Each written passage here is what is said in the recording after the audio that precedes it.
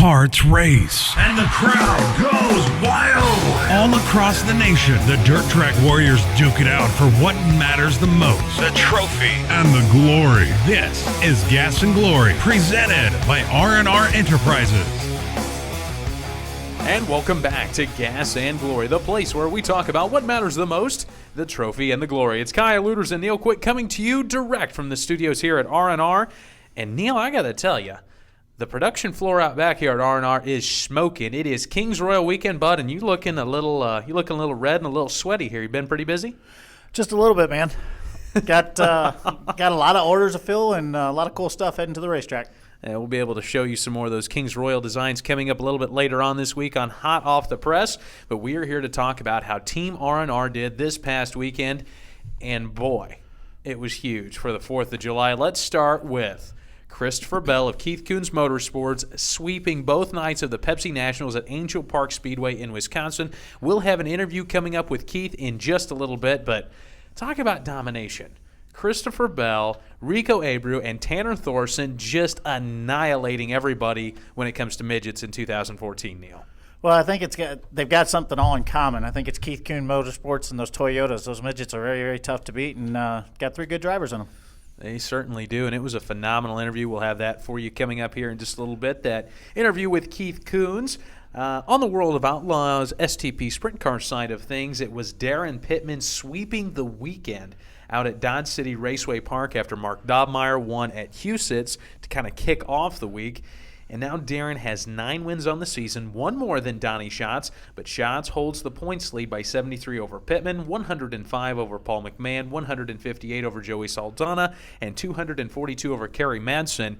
I know we've talked about this a little bit, how tough it is and how scary it is to think that Donnie Schatz is this good this early in the season, but Darren Pittman appears to not be going down without a fight in this title bout. No, he's actually scratching and clawing to keep himself in there, and definitely out there at a good track. I think that's old Kyle Luder's stomping grounds, ain't it? Dodge City? You're exactly right, man. It's wild, wild west. You know, I'm just going to head on out there with my 6 shooters on. But yeah, back to my Pittman deal. I mean, sorry to jump off there. I mean, we were getting ready to hear some old Kyle Luder stories come at us. Hey, easy now. Those are the old stomping grounds. I mean, you've got, Tri-City and all these places here in Missouri and Illinois.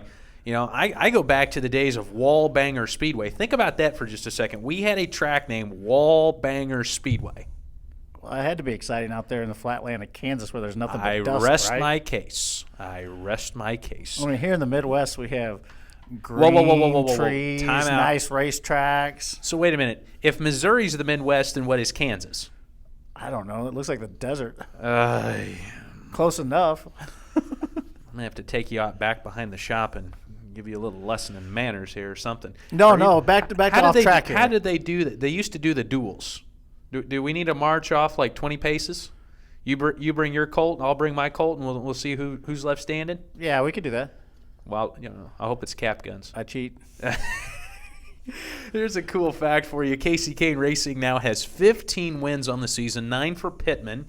Brad Sweet has 5, and Cody Dara has 1. Phenomenal effort by all 3 teams out of the KKR stable.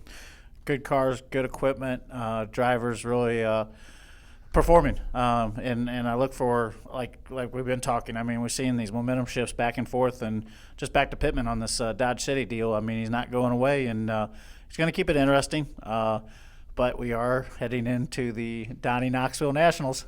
They are less than 30 days away from starting at the time of this show, so we'll have to keep an eye on it. We'll keep you informed here on Gas and Glory. You can follow us on Twitter at Gas and Glory, all spelled out. And this is one I'm really excited to talk about.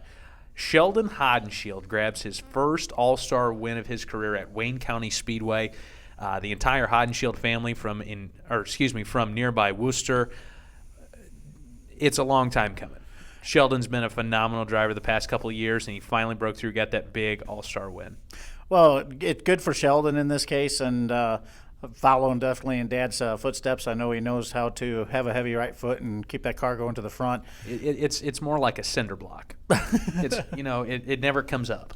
Well, and I hope for his sake and moving forward that Sheldon gets an opportunity at some better rides and be able to show exactly what he's got. Yeah, certainly a lot of talent and a lot of potential right there.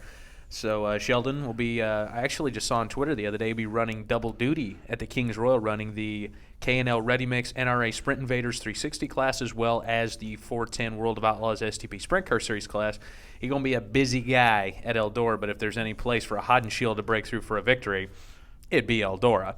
Another cool thing to talk about, Ken Schrader, our good friend, reestablishes the mark for the oldest pole sitter in ARCA history by winning the pole for the Here's Chase the Taste 200 at Winchester Speedway. And Neil, you want to know what helped him? You know what he said after qualifying? He said, had a couple practice sessions and took a nap in between the two, felt a whole lot better. Schrader. That's all I'm saying, Schrader. Oh, gosh, it was great. I'm glad to see him doing this, and I just can't wait. Truck race is coming up at Eldora. Oh, gosh, I remember last year. Schrader. No. I hope you got that insurance up to date at the old homestead there. No. The party is at your house this year. Oh, really? Yeah, we ain't going to be burning down Baldwin. We're going to be burning down Imperial. Oh, boy. Yeah, you might want to make sure that Stacy puts the kids and the dogs away. That Mud Summer Classic. I got rid of those party. guys for this weekend. They're gone already. Oh boy, here we go. And then Lucas Wolf missed the Pennsylvania Speed Week show at Lincoln Speedway because of the birth of his daughter, but then he comes back with the Zimco team and wins the PA Speed Week title. That is some awesome stuff, man. Speaking of Lucas Wolf, I know I'm in there right now and working on some new stuff for them, and really excited to get that out here in the next week or so. And we're looking forward to that. And that's just a brief overview of how some of the Team R&R drivers did this past weekend. It was a huge weekend, 4th of July weekend, and getting a lot of gear and apparel, merchandise, all the goodies out to the teams for the 4th of July. And then now really rolling into the second month of July as the World of Outlaws begin their month of money. Indiana Sprint Week is just around the corner. So we're really getting hot and heavy into the big portion of the racing schedule. These July, August, and even into September months are just hot and heavy. As much as they've been racing in May and June, it really picks up now. It definitely does, and this is kind of the home stretch. This really is the guys that have done their homework and got their stuff ready for that championship chase. That's where the really kind of where it starts to separate the men from the boys, and especially with the Outlaws deal, it still can't really say you see a clear-cut deal. Donnie's got a good lead there, but again, Darren is chasing him hard, and definitely can't count out Joey and Paul, and really excited to see what Kings Royal brings our way this weekend. You know, I talked to Paul McMahon a little bit earlier. It was funny that you mentioned that, and he said, I asked him, I said, you know, with this amount of races coming up, I mean, they're going to be running like crazy, and they're going to start in Western Ohio. They're going to go over to Pennsylvania. They're going to go up to New York State. They're going to go into Canada before coming all the way back down here to Peevely and then going up to Knoxville. It's an incredible stretch within 30 days. And I said, is it really any different? How is it different for you guys? And he goes, you know, honestly, as a driver, I love it. Because if I make a mistake one night, there's a good chance it's only a couple more nights until I'm back in a car. I can just get over it and move on, as opposed to if I make a mistake on a Saturday night and I'm not racing again until the following Friday, I'm going to sit and stew on it a little bit, and it might screw with me just a little bit. Right. He says, but really, this is where you can tell which team spent the most time preparing in those November, December, and January months. Because right now there's not enough time to go back and put together your Knoxville Nationals car. There's not enough time to make up some new front axles, some new rear axles. Those have to be ready, placed on the trailer, ready to rock and roll. And we're just talking about the World of Outlaws, guys. This is true for any form of motorsports because the Hell Tour is still raging on. Yeah, absolutely. And there's a lot of effort that goes in, especially this time of the year, for these bigger races.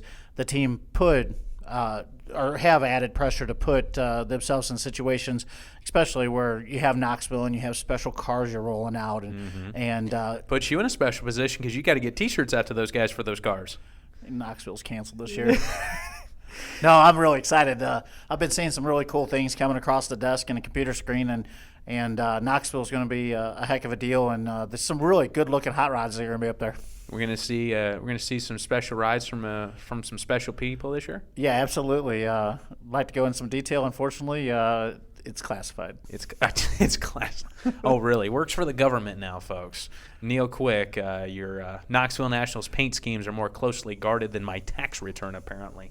So, but Well, I mean, this padded room kind of makes me feel like I work for the government. oh, there he goes again. But Neil, we talk about added pressure. We talk about what it takes to run one of these teams, no matter what the series is. I got the chance to talk with Keith Kunz, the guy that we've called him jokingly, but really is almost the godfather of midget racing right now. Yeah. He has Christopher Bell, Rico Abreu, and Tanner Thorson in some Toyota-backed midgets that are just spanking everybody. And I got the chance to catch up with him a little bit earlier, and you guys got to take a listen to this. This was a phenomenal interview, and you will be so much smarter in the ways of midget racing after you listen to this.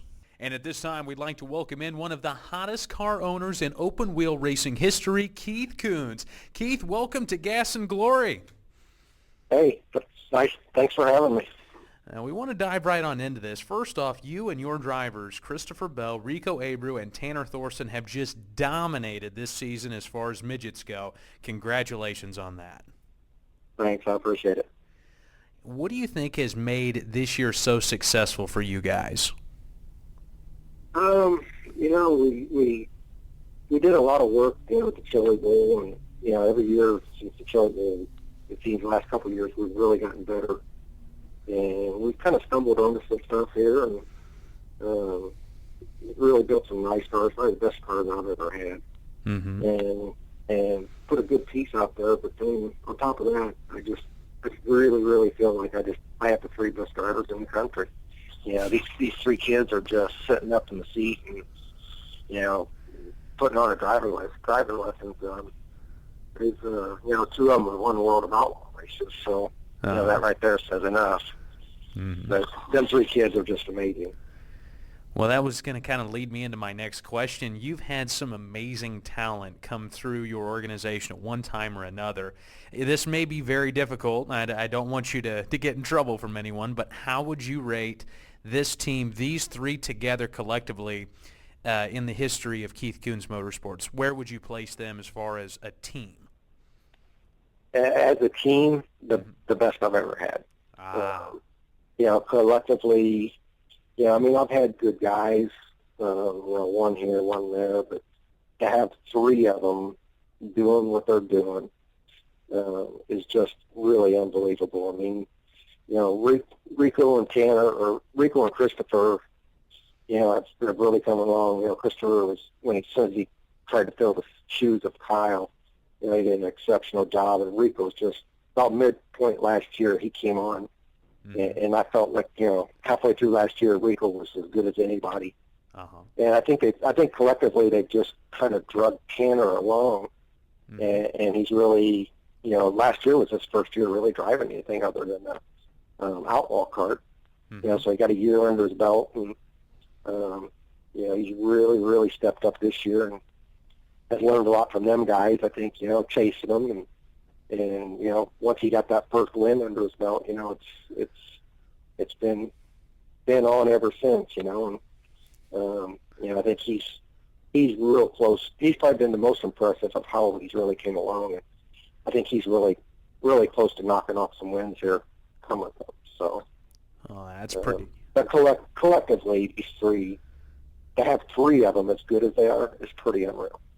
Well, that's just phenomenally awesome, because we see the result sheets when they come in, and I mean, you're always smiling in victory lane, which we do like to see. I mean, we think you got a good smile there, and you certainly look right at home in victory lane there. But describe the dynamic between those three. I mean, it's from the outside, it appears that they get along very well. They respect each other.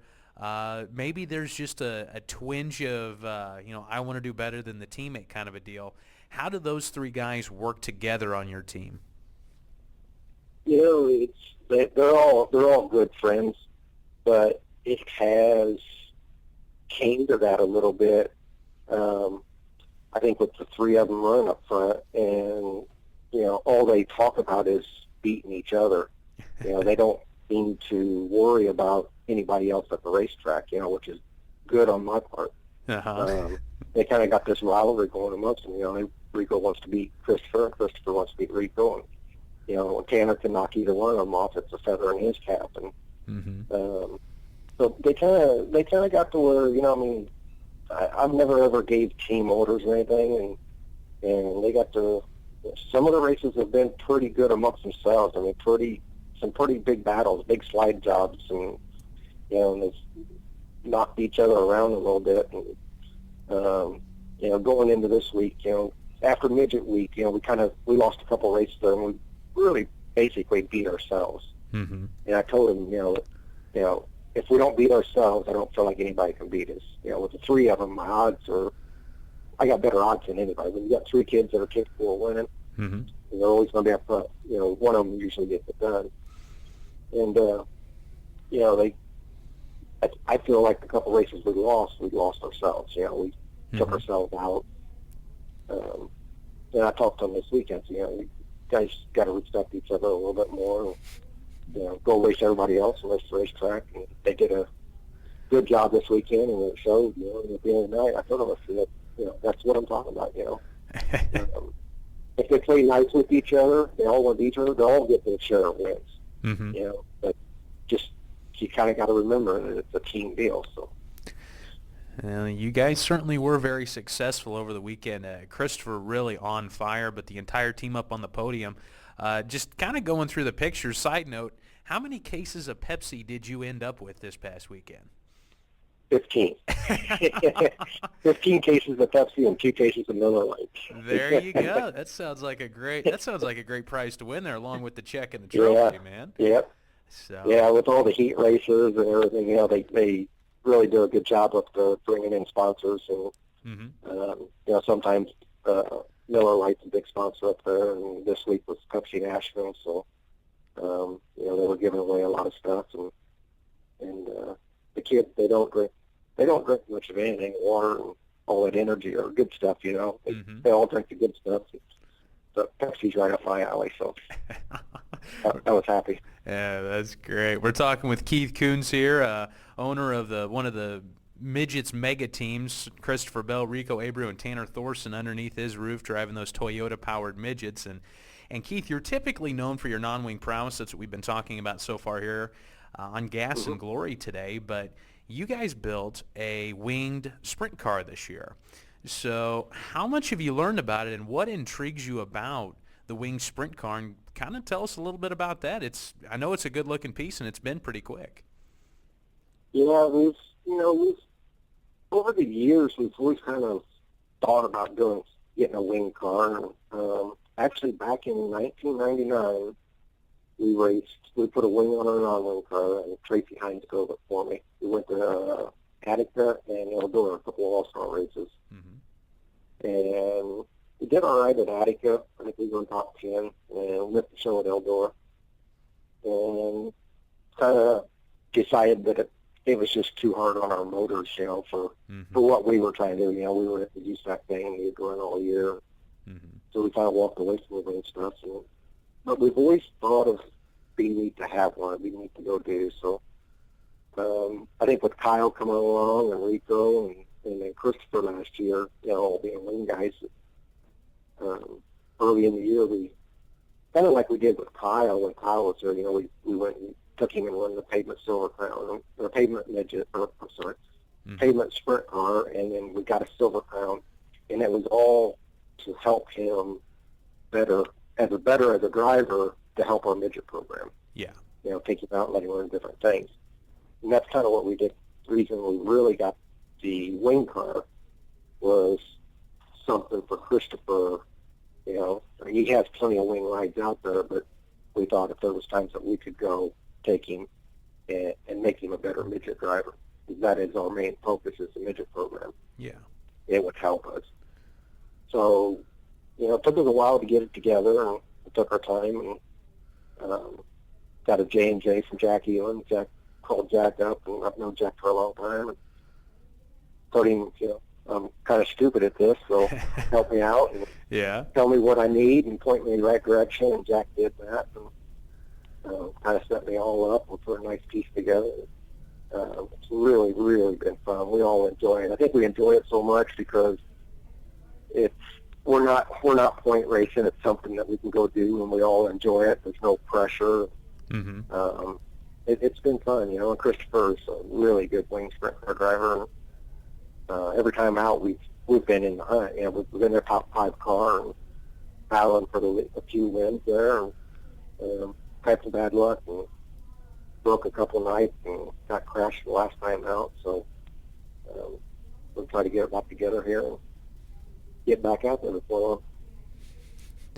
Or all the fun's over for the year. I understand that, and kind of shifting, shifting back here a bit.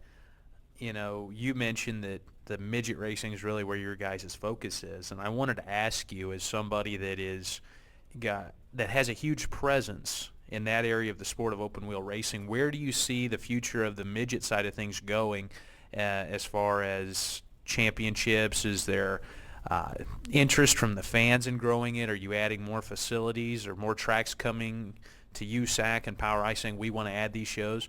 Where do you see the future of midget racing going?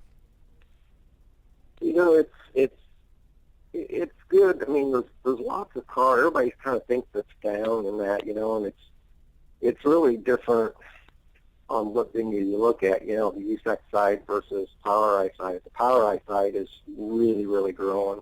Mm-hmm. They have a nice thing going. They stay on small tracks basically. They're out of that St. Louis area, between St. Louis to Springfield and down in Missouri. They get tons and tons of cars. I mean, it's nothing for them to get 40, 50 cars a night. Uh-huh. They venture much further than that, and it starts slacking off. USAC, they struggle getting cars. I mean, if we can get 25 to 30, that's pretty good. A lot of guys just won't come run with you, and I think they make up an excuse, whether it's motors and this and that, but it's like the perception of it's USAC, and you just feel like you can't go run with them. Mm-hmm. So they just don't come, and there's plenty of races. Power I's got lots and lots of races, and USAC's kind of been limited, because they have so many different series, and there's only so many dates to go around. Uh-huh. And it seems like the midgets kind of get the short end of that. The sprint cars are main focus and run 50 races a year. I think the midgets kind of get the leftover dates. I think there's plenty of places and tracks out there that want us.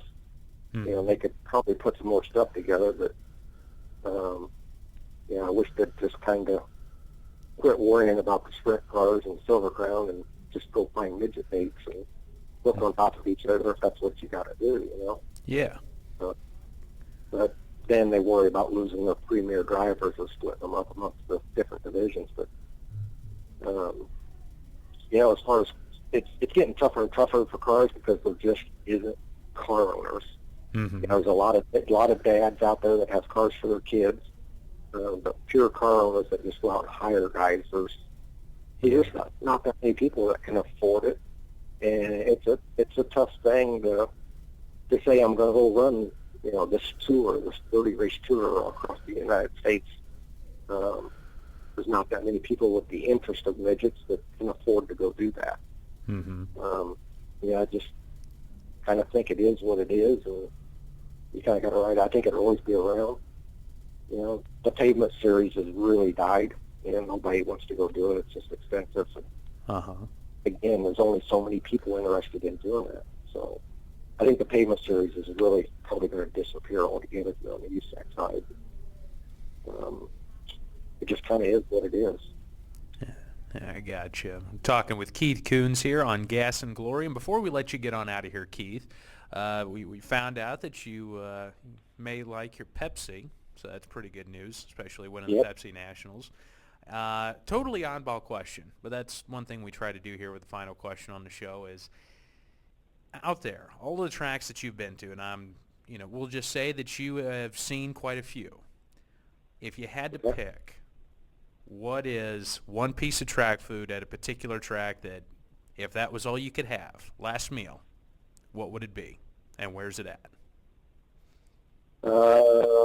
Kokomo pork chop sandwich. Kokomo pork chop sandwich. All right, there we go. What makes it special? Just the way it's cooked, what you put on it, or just the way they do it? No, it's just it's kind of a unique thing that you don't see at any other place, and they're just good. They're just good. Something different than the old hamburger and hot dog. Yeah, we hear that. We do hear that. And there you have it, folks. Keith Kunz, one of the most successful car owners in open wheel history, right here on Gas and Glory. Keith, thank you very much for taking the time to talk with us today. Thanks for having me. And Neil, I still go back and think about just how cool it was to talk to Keith Kunz for a little bit, and we thank him so much for coming on the show. Just a great interview, but we must carry on and take a look at what's coming up on the schedule. Hey, I'm going to interrupt you here. Go ahead. Before we move on, going back to this Keith Kunz interview, Keith Kunz has kind of got and done what for midget racing kind of when we were growing up. I know I watched the Thursday Night Thunders and the midget series that was on ESPN, and everybody you watched that was coming up were always in those Beast number 9 cars. Yeah. And I think that Keith Kunz has got a lot of that going on for him right now, especially with these drivers and the cars that he's putting out there. So I see a lot of that, and a big up to him and the team and the drivers on that deal. And it's exciting to watch him do what he's doing there. You know, I could really tell in that interview that he is just having a ball this year. And he really has for the past number of years. Kyle Larson's come through those midgets. Several of the guys that, we consider huge names in the sport of NASCAR, World of Outlaws, have at one point or another driven a Keith Kunz midget. I think, like you said, that's it's a feeding ground for the bigger series. I mean, especially like you see Kyle coming through and Rico right now and Christopher Bell. I mean, these guys are as it comes in potential stock for the big time racing, either going IndyCar racing or NASCAR racing. These guys are on the radar screen for that. Well, I think Keith is going to have to get a whole lot more Pepsi sponsorship money for Rico to run the Daytona 500 and the Indy 500, but hopefully that happens. We talked to Rico a little bit earlier this year on Gas and Glory, and he says clearly his goal is to run the Daytona 500 and the Indy 500, and I bet you if Keith could find the backing, Keith will field the cars. That'd be very cool. Yes, sir, it would. All right, well, let's take a look at what's coming up this week. Brad Doty Classic, phenomenal race. Talking to several of the drivers like you and I do, it's not about the money in this one. It's about the prestige. Those guys want to win the Brad Doty Classic. It's a race that's been around for over 20 years. It is an awesome race. It pays a standard outlaw purse, but there's a mystique, a prestige tied to that event because it is in honor of one of the greatest sprint car drivers, I think, around, Brad Doty, and we had the chance to talk with him last week. Very cool guy. Yeah, all around, you look at Brad Doty and look at what he did for racing in his career and continues to do. Yeah, and continues to do. I mean, this man is absolutely away from the racetrack, a stand-up guy. I mean, just super guy, great with everybody, and I think that has a lot to do with the race that he has there, and for the sprint car drivers to have that, I think that is a deal too. And you got to look at when the race is ran every year too. It's right in the middle of this swing of heading into Kings Royal. It's kind of a prelude for that to carry momentum into that race and throughout the month of money. And Brad Doty Classic held at Lima Land Motorsports Park up in Lima, Ohio. They'll run that on Wednesday night and then take Thursday night off. Hopefully Mother Nature does not intervene, but I was taking a look at the weather forecast, and Wednesday night looks gorgeous. But starting Friday night, it's the night before the Royal, and then on Saturday night, $50,000 is on the line in the Kings Royal. Last year we saw Brad Sweet, King Brad XXX, the 31st edition.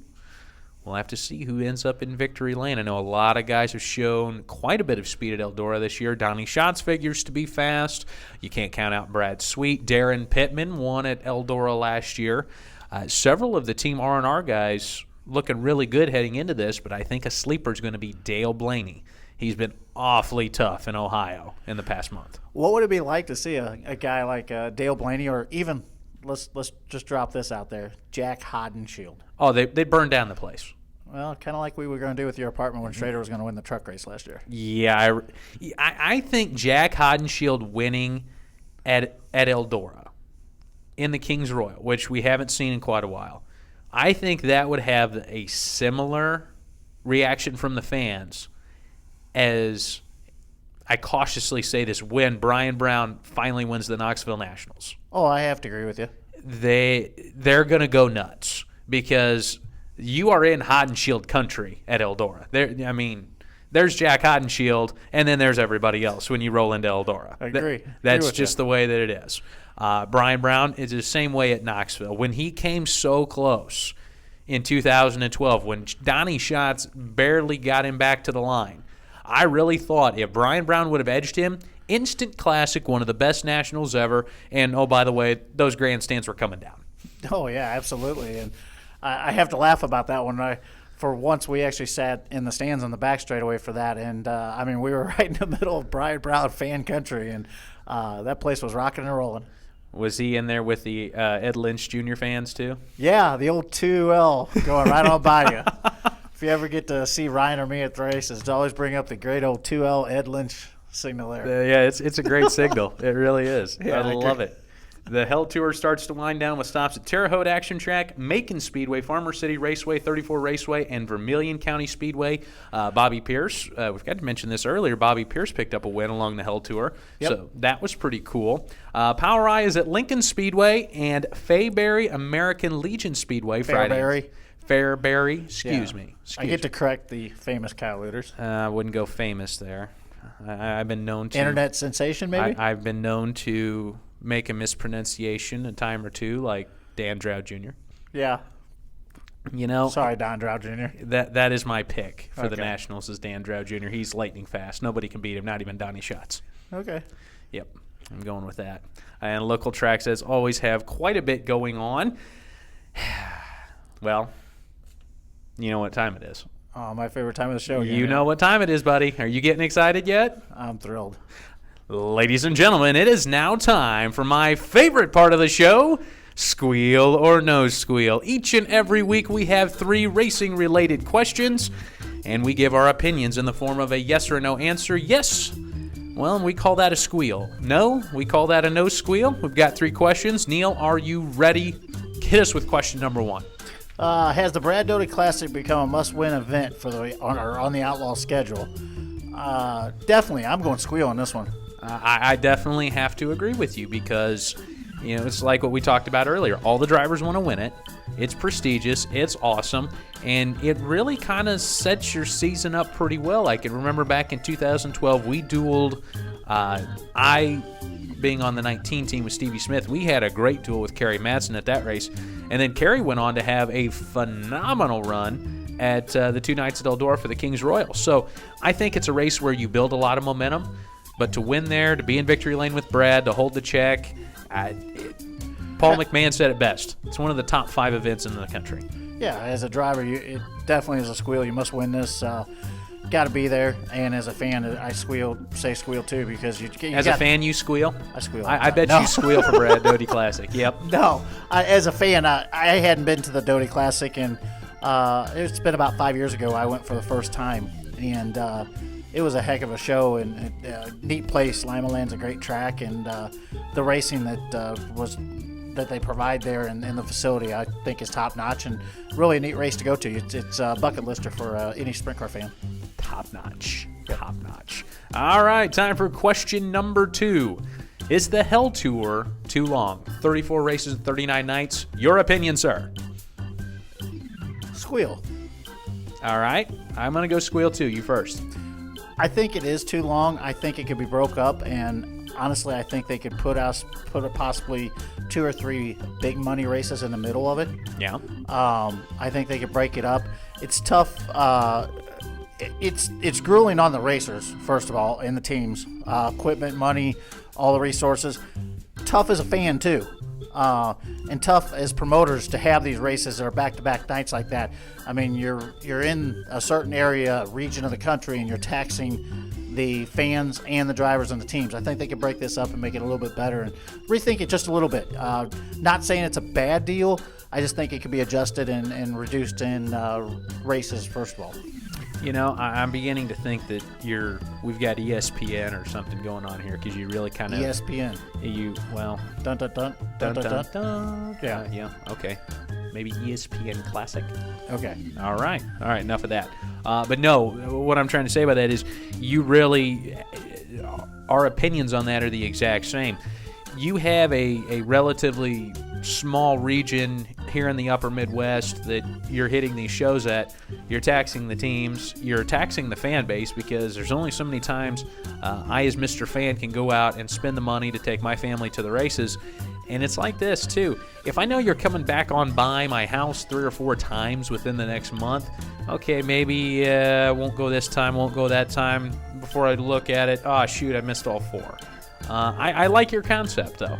Maybe take out some of these races, back them down, and let's pump up a few of these shows. You know, maybe make them 20, 30,000 to win. Add a little bit of extra excitement in that instance with a purse, and I think you might have a deal and give these teams a little bit more of a break. These speed weeks, they're fun, but they are tough. And trust me, when you break something and you don't have a spare, it gets expensive because then you have to buy something that is assembled by somebody else. And their time ain't cheap. That, and the other fact is if you have to overnight freight something. Oh, yeah. That is absolutely a key word around R&R here. Overnight freight. Or you have to. We make a lot of money for the freight companies when we do that. Or you have to drive 8 hours overnight to take the engine back because you cooked it the night before. That's happened. A few times. More than once. Finally, the last question in Squeal or No Squeal. Will NASCAR ever lose the merchandise trailers that travel from track to track? Well, before I answer this, what do you mean by losing here, Kyle? Will they be lost and not make it to the track, or will they lose the rights and somebody else selling the merchandise at the track? Well, I don't know. Somebody ran into the Danica Patrick hauler it was a year or 2 ago, but there was I heard it was a bump draft. Gone wrong. Bada boom ching. I need that sound effect. I'm going to have to work with the audio engineer to get that for next week. Well, we can probably get it from the where do we get actually the money now to buy new things? Is that from the accounting department? Or No. You leave my marketing budget alone, okay? Oh, that's been refilled? You got more money in it? Not yet. You leave my marketing budget alone. But I think we need to market R&R at the go-kart track down the road. Yeah, that's not coming out of my marketing budget either. That'll come out of your sales budget. That's where that's coming from. But to preface this question a little bit, there was an article that came out over the race weekend down in Daytona that NASCAR might be reevaluating having all of these tractor trailers full of merchandise go to each and every track because of the cost and because of the dollars. The revenue generated is just not there anymore. So they're not saying that they are going away, but they are looking at other avenues. So the squeal or no squeal is, will they ever go away completely? Well, here's an idea and kind of back of the head thought on this deal. I think because this is kind of prevalent for us being in the apparel and merchandise business. Oh, I agree with you 100%. And NASCAR, of course, the big fish out there, I think that what they've got and as many of these haulers that go down the road, I can see 2 scenarios happening. One, either the team providing their own merchandise trailers trackside and NASCAR charging them fees similar to what we see with our dirt racing teams. Yeah. Or number 2, NASCAR having on-site facilities at these racetracks selling the merchandise through the facilities. Now, you've been to an NHRA national event, correct? Yes. Have you noticed the big tents? I mean, some of the teams do still pull their trailers out there. Some of the teams do have their own trailers.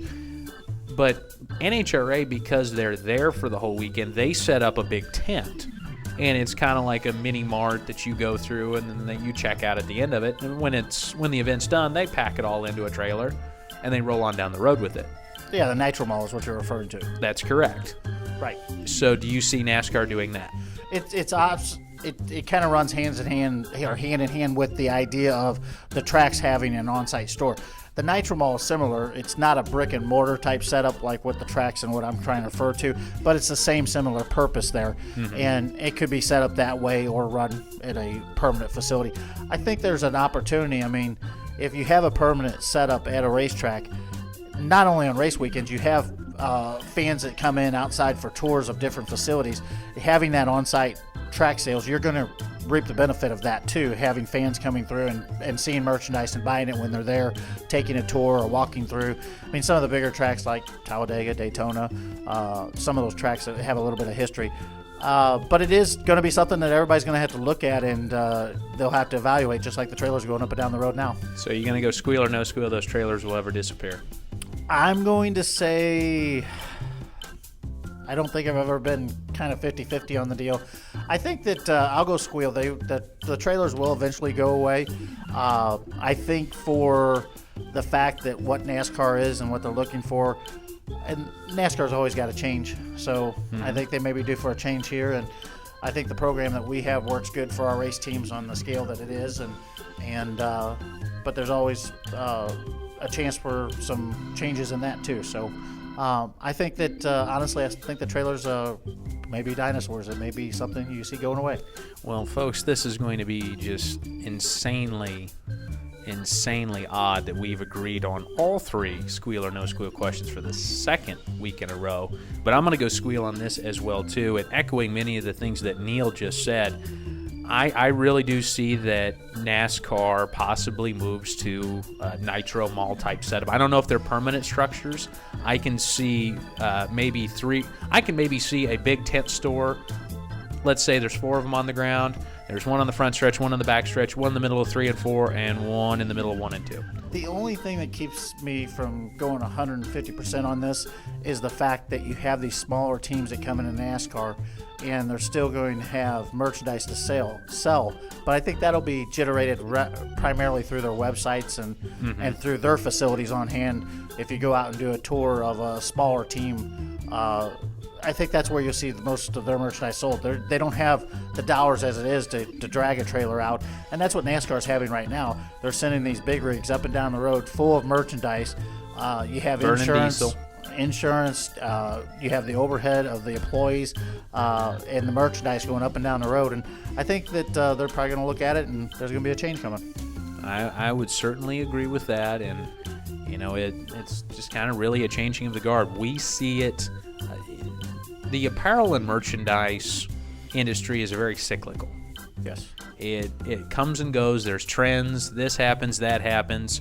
The trailers, in the mid-'90s to the mid-2000s, the trailers were all cash cows. That's why Dale Earnhardt Jr. has 4. That's why Jimmy Johnson and Jeff Gordon have 3 or 4 each out at the track.